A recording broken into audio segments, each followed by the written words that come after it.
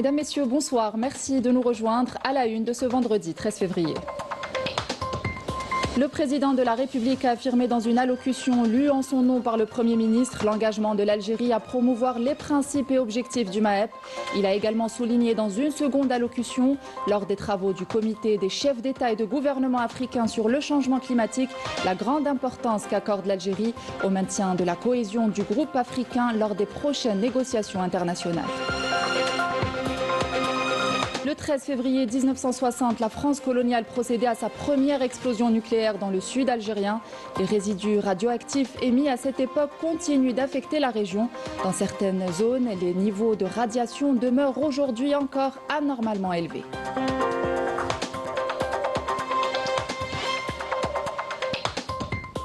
Un simple appel lancé sur les réseaux sociaux a suffi pour mobiliser des centaines de coureurs à la promenade des Sablettes d'Alger. Amateurs et coureurs confirmés sont venus partager la même énergie, chacun à son rythme. Et à la fin de ce journal, nous vous proposerons le portrait de Abdelraouf Dafri, de retour en Algérie après 14 ans d'absence. Ce scénariste franco-algérien, reconnu pour ses intrigues allaitantes et ses scénarios maîtrisés, nous a confié son souhait de réaliser une œuvre consacrée à l'émir Abdelkader.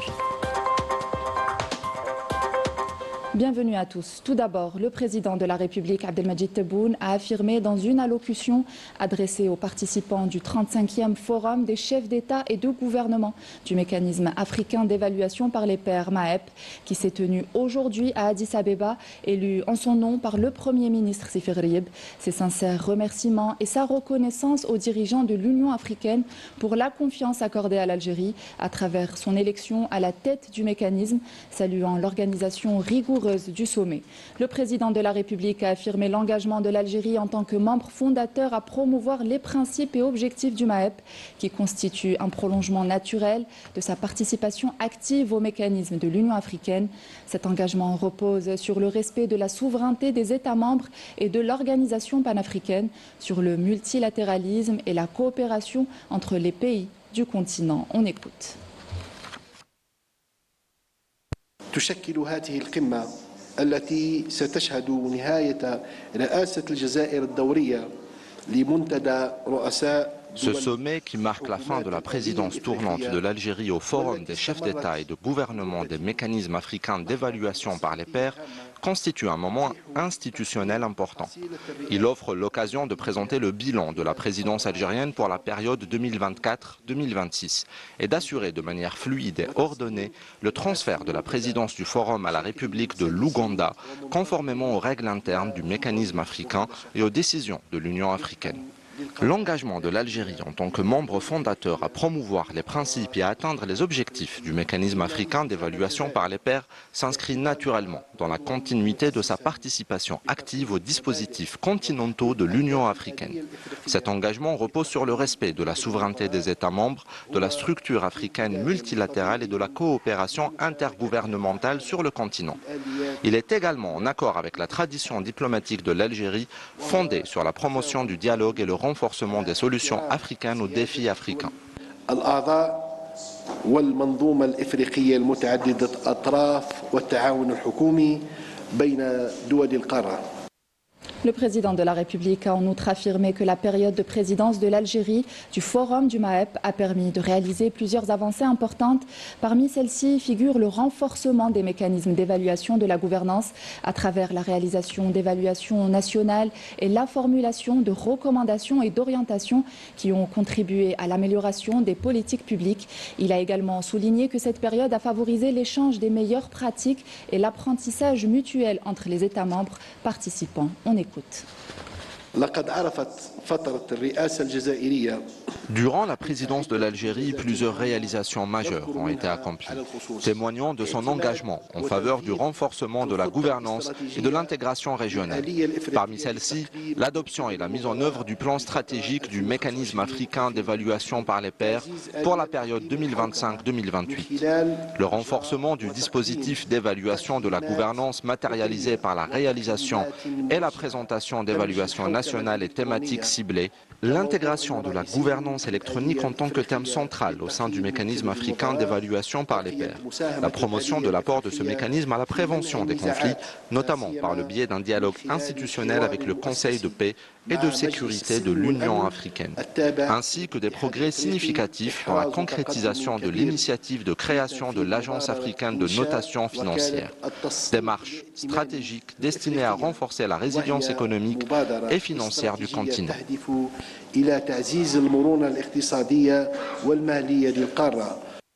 L'Algérie remet cette année la présidence du Forum des chefs d'État et de gouvernement du mécanisme africain d'évaluation par les pairs à l'Ouganda pour un mandat de 2 ans. L'Algérie préside depuis 2024 le Forum des chefs d'État et de gouvernement de ce mécanisme africain qui examine notamment les questions liées à la promotion de la bonne gouvernance, au renforcement de la paix et de la sécurité, à l'intégration entre les États africains ainsi qu'à l'intensification d'une action africaine efficace. Une photo souvenir a été prise des participants aux travaux du 35e sommet des chefs d'État et de gouvernement du mécanisme africain d'évaluation par les pairs. Représentant le président de la République, le Premier ministre a pris part à Addis Abeba aux travaux du comité des chefs d'État et de gouvernement africains sur le changement climatique. À cette occasion, le Premier ministre a lu le message du président de la République aux participants, dans lequel il a souligné que l'Algérie accorde une grande importance au maintien de la cohésion du groupe africain lors des prochaines négociations internationales et œuvre pour une transition juste, bénéfique à tous les pays. On écoute. Merci. President William Ruto, President of the African Heads of State and Government Committee on Climate Change. Votre Excellence, le président William Ruto, président du comité des chefs d'État et de gouvernement africains sur le changement climatique. Excellences, Mesdames et Messieurs, permettez-moi de vous transmettre les salutations de son Excellence le Président de la République, M. Abdelmadjid Tebboune, qui m'a chargé de prononcer son allocution en son nom. L'Algérie souligne l'importance de préserver la cohésion du groupe africain lors des prochaines négociations internationales et de s'atteler à promouvoir une transition juste, bénéfique à l'ensemble de nos États. À l'appel à s'éloigner des approches unilatérales qui ignorent une réalité profondément ancrée dans notre continent.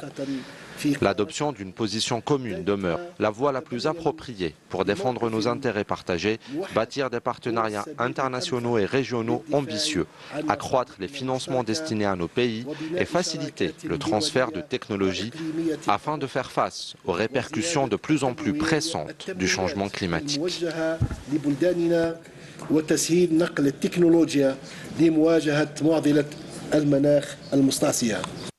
Début également depuis quelques instants des travaux du sommet Afrique-Italie à Addis Abeba en présence du Premier ministre représentant le président de la République. Une rencontre qui vise à renforcer les partenariats et à évaluer les réalisations de ces 2 dernières années dans le cadre du plan Mattei pour l'Afrique ainsi qu'à définir les priorités futures. Les participants au 35e forum des chefs d'État et de gouvernement du MAEP ont salué la direction judicieuse et éclairée du président de la République lors de son mandat à la présidence de cette instance, marquée par des réalisations inédites permettant d'avancer résolument vers la concrétisation des objectifs de l'agenda 2063 de l'Union africaine. Fatiha Belalia et Anis Chir. Lors de la 35e session du Forum du mécanisme africain d'évaluation par les pairs, l'Algérie a officiellement achevé sa présidence de la période 2024-2026.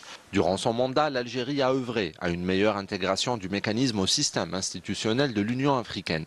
Ce dernier permet aux États d'évaluer volontairement leur politique publique selon des standards africains communs avec pour objectif d'améliorer la performance économique et institutionnelle et de consolider la stabilité du continent. Parmi les réalisations majeures de l'Algérie figure la promotion de la contribution du mécanisme à la prévention des conflits, notamment à travers le dialogue institutionnel avec le Conseil de paix et de sécurité, et l'action liée au cadre du système continental d'alerte précoce, renforçant ainsi le lien entre gouvernance, stabilité et paix durable. Sous la présidence algérienne, de nombreuses avancées ont été réalisées, notamment le soutien à la mise en place d'une agence africaine nationale de crédit, la publication de rapports sur la gouvernance en Afrique et l'adoption du plan stratégique 2025-2028. Durant cette session de clôture, il a été réaffirmé que l'Algérie, sous la conduite du président Abdelmadjid Tebboune, a défendu une approche faisant de l'auto-évaluation un instrument de consolidation de la souveraineté nationale. Je tiens à remercier le président algérien Abdelmadjid Tebboune, le président du Forum. Sous sa direction, l'Algérie a conduit ce mécanisme avec fermeté et de manière exemplaire, ce qui a permis de maintenir son action dans la voie des orientations consacrées par l'agenda de 2063. Les participants au forum du mécanisme africain d'évaluation par les pairs ont salué à l'unanimité la gestion de la présidence algérienne, estimant qu'elle a transformé le mécanisme en un véritable espace de concertation politique et d'échange d'expertise au service des réformes internes et de l'intégration africaine. Dans l'actualité également chargée par le président de la République et dans le cadre de sa visite au Burkina Faso, le ministre d'État, ministre des Hydrocarbures et des Mines, Mohamed Arkab, accompagné du ministre de l'Énergie et des Énergies renouvelables, a eu des entretiens bilatéraux élargis avec le ministre burkinabé de l'Énergie, des Mines et des Carrières, Yacouba Zabregouba, qui était accompagné de représentants de différents secteurs gouvernementaux. La rencontre s'est tenue en présence du PDG du groupe Sonatrach, du PDG de Naftal, ainsi que de représentants du corps diplomatique algérien accrédité à Ouagadougou. Cette visite s'inscrit dans le cadre des efforts visant à renforcer la coopération entre l'Algérie et le Burkina Faso, notamment dans les domaines de l'énergie, des mines et des hydrocarbures. Elle constitue également une occasion d'échanger des expériences et de partager le savoir-faire algérien, contribuant ainsi au renforcement de la dimension africaine et de la coopération sud-sud. Nous commémorons ce vendredi le 66e anniversaire des premières explosions nucléaires françaises dans la région de Rguen. Les commémorations officielles se sont tenues hier dans la wilaya d'Adrar, rappelant que le 13 février 1960, la France coloniale déclenchait dans le sud algérien une explosion près de 5 fois plus puissante que celle d'Hiroshima. Les résidus radioactifs émis à cette époque continuent toujours d'affecter la région. Évocation avec Bedi Amani. Qui ne se souvient pas de l'opération Gerboise bleue dans le Sahara algérien? Pour faire partie du cercle des puissances nucléaires, la France coloniale choisit le Sahara algérien pour faire exploser sa première bombe atomique. C'était le 13 février 1960, à Hamoudia, à 50 km de Rguen. L'opération avait pour nom de Côte Gerboise bleue. Ce jour-là, à 7h04, la terre a tremblé et pour cause, la déflagration était d'une puissance de 70 kilotonnes, soit 5 fois celle de la bombe qui avait pulvérisé Hiroshima. Et la France ne se limitera pas à ces seules explosions, puisque d'autres suivront. Seule la couleur change. Il y aura la blanche, la rouge et la verte. En revanche, les dégâts sont les mêmes et le crime était de deux ordres. Le premier est que la France avait opéré des essais nucléaires dans une zone habitée, utilisant des Algériens, notamment des prisonniers comme cobayes. Et le deuxième, les autorités françaises n'ont jamais pensé à décontaminer la région, au même titre que les mines antipersonnelles. Les cartes ont été frappées du sceau top secret. Aujourd'hui, plusieurs centaines d'Algériens de Rguen et de Tamanrasset gardent toujours les séquelles de maladies engendrées par ces explosions nucléaires. Une population lourdement touchée dans sa chair et irradiée à vie. Des recherches faites récemment ont montré que la France coloniale aurait procédé à des essais nucléaires dans des sites non encore identifiés, élargissant encore plus la superficie des terres irradiées qui menacent à ce jour la vie de milliers d'innocents.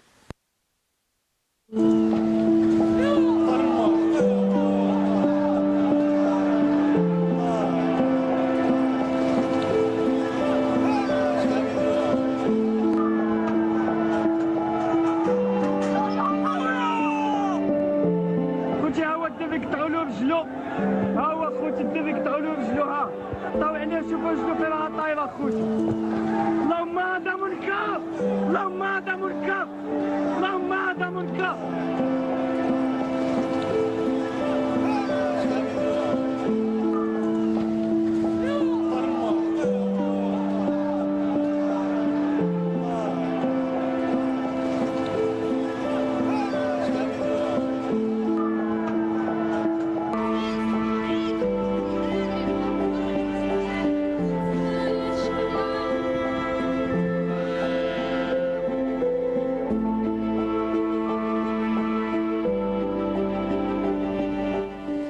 Au Maroc, la situation s'apparente à une impasse prolongée, révélatrice de profonds dysfonctionnements et d'un malaise persistant au sein de la population.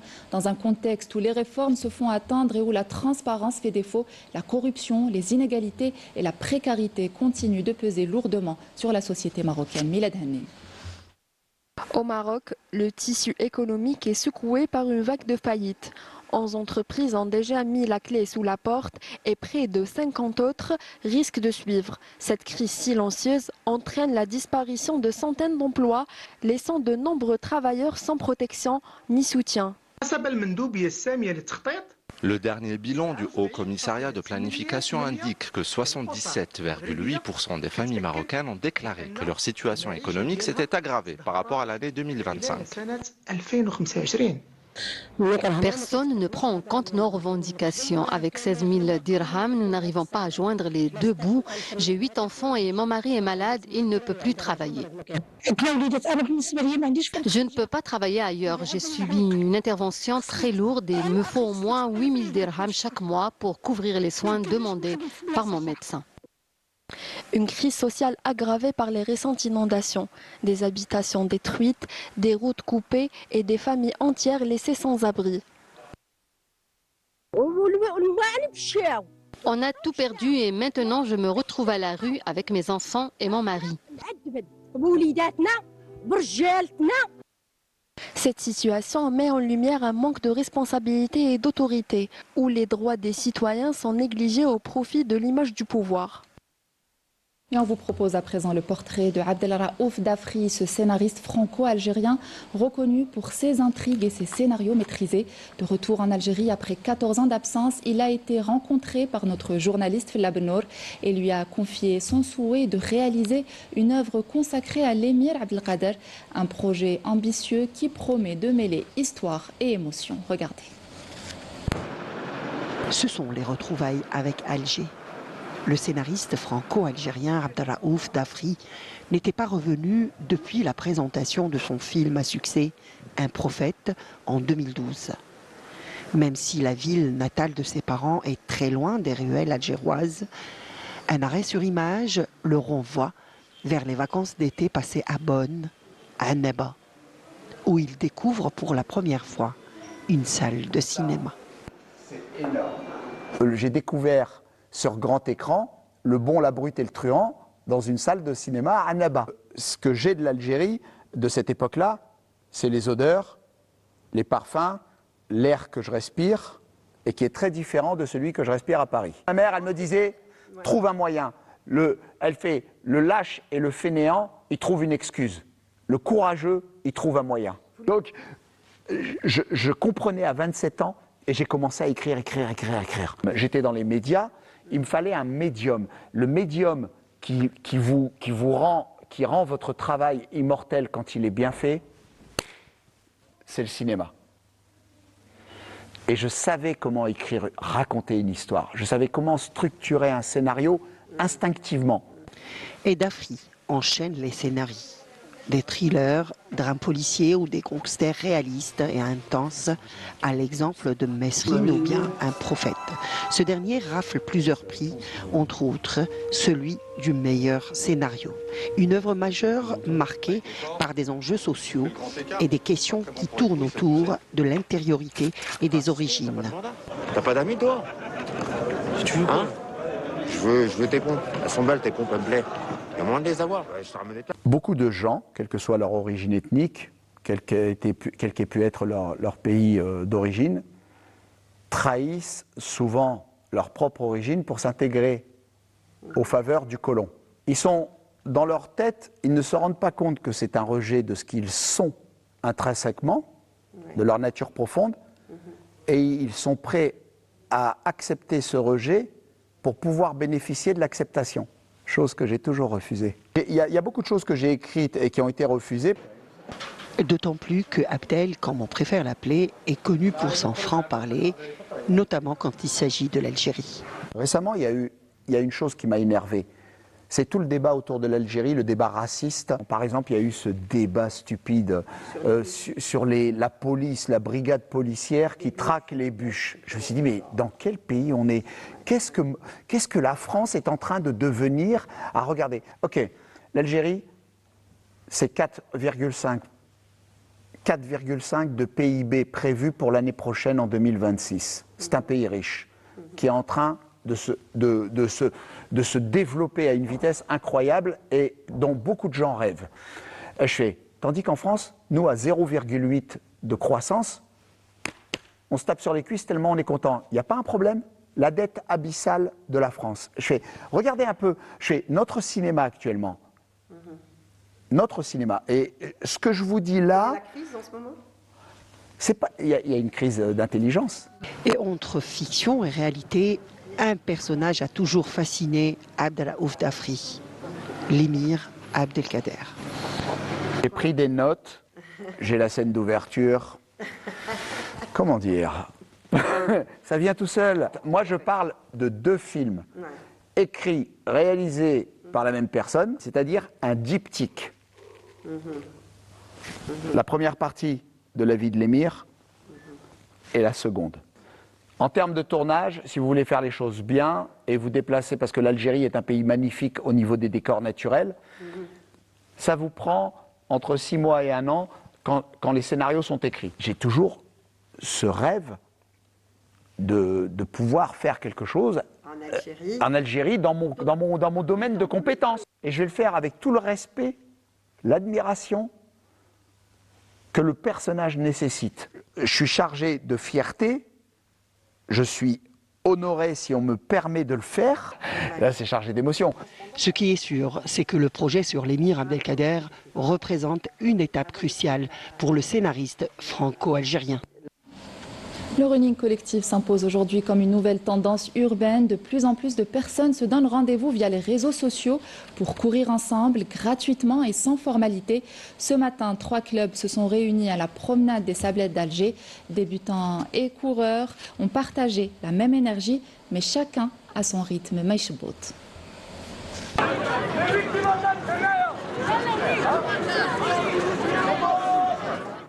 Il a suffi d'un appel lancé sur les réseaux sociaux et voilà que 3 clubs de running se réunissent. Un seul objectif, courir ensemble. Les groupes Sbah El Run, Moventum et Sparte ont uni leurs forces pour créer un rassemblement d'envergure. Résultat, une mobilisation massive des centaines de participants réunis autour d'un même point de départ. Une organisation fluide, structurée par niveau, un dispositif simple mais parfaitement coordonné. Alors le concept c'est quoi? C'est joindre l'utile à l'agréable.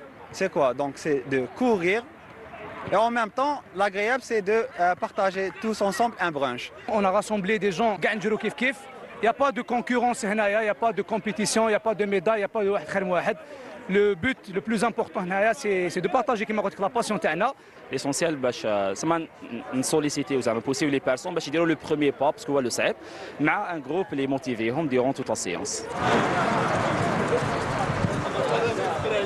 Dès les premières minutes, l'énergie est palpable. Débutants, amateurs ou coureurs expérimentés, chacun trouve sa place. Les 4 km pour s'initier, 8 km pour se challenger, 12 km pour les plus pros. Ici, la performance individuelle passe après la dynamique collective. On court pour soi, mais surtout avec les autres. On se rencontre à 8h du matin et on fait des exercices de chauffement. Après, on court. On a vu qu'il y avait un nouveau concept de Sbah El Run qui était tout simplement partir courir et ensuite on se posait tous en groupe pour un brunch à un café à Alger. Donc j'ai bien aimé l'idée, j'ai commencé comme ça. Ensuite, à fur et à mesure, j'ai commencé à vraiment aimer. On a même participé au semi-marathon d'Alger. Alors, je suis venue pour courir, c'est pour pratiquer et tout. On a découvert les clubs sur les réseaux et ça nous a motivés. Du coup, ça me fait vraiment plaisir d'être entouré d'une communauté qui t'encourage à te pousser physiquement et mentalement, surtout à faire du sport avant le ramadan. Il y a une bonne ambiance, il y a beaucoup de jeunes. On fait des connaissances, des nouveaux amis, tout ça, ça fait du bien un peu. Au-delà de la course, c'est une nouvelle manière de faire du sport qui s'impose. Accessible, gratuite et collaborative, en quelques publications, des centaines de personnes quittent les écrans pour se retrouver. La preuve que le digital peut créer un lien réel et faire avancer toute une communauté.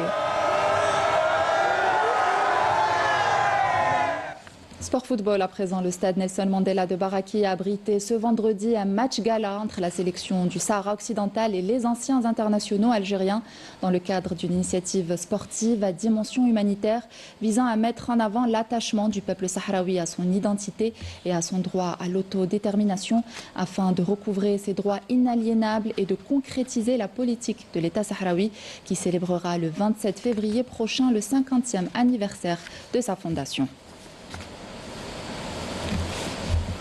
Et c'est ainsi que nous arrivons à la fin de ce journal. Merci à vous de l'avoir suivi. Excellente soirée sur Canal Algérie.